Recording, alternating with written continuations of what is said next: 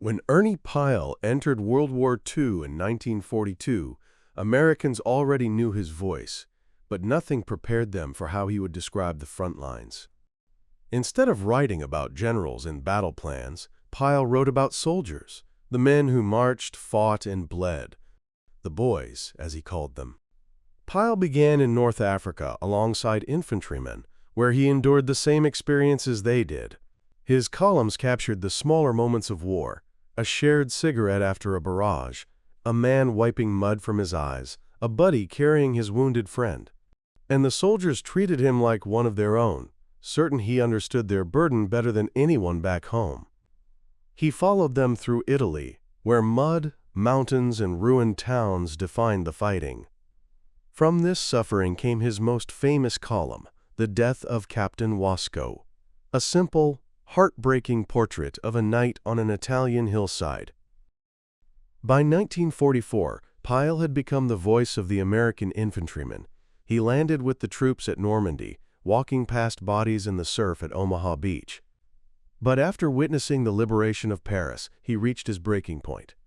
Pyle admitted his mind was wobbly and that one more dead man might shatter him.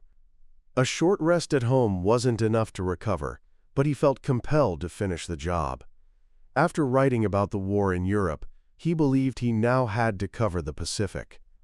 The Pacific proved harsher than Ernie Pyle expected, and its brutality wore him down further. On more than one occasion, he was noted for having premonitions of his death, predicting that he might not survive the war. Pyle traveled aboard the aircraft carrier USS Cabot. A former Navy reservist, he thought sailors had an easier life than the infantry in Europe, and wrote several unflattering portraits of the Navy, which drew criticism from fellow correspondents. In April 1945, he landed with the 77th Infantry on Ie Shima, a small island near Okinawa.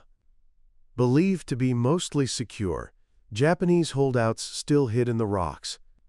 On April 18th, while with Lieutenant Colonel Joseph Coolidge, Pyle took cover from a burst of machine gun fire.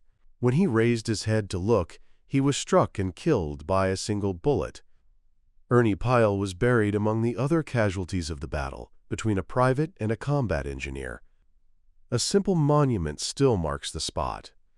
At this spot, the 77th Infantry Division lost a buddy, Ernie Pyle.